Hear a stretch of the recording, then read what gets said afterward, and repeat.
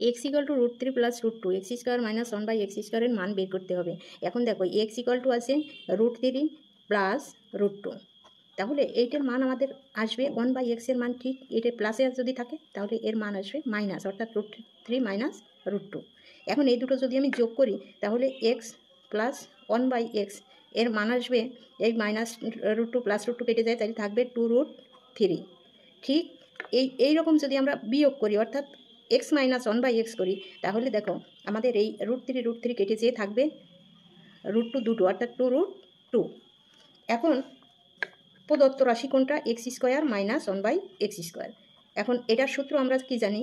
a² minus b² সূত্র, অর্থাৎ x plus 1/x into x minus 1/x।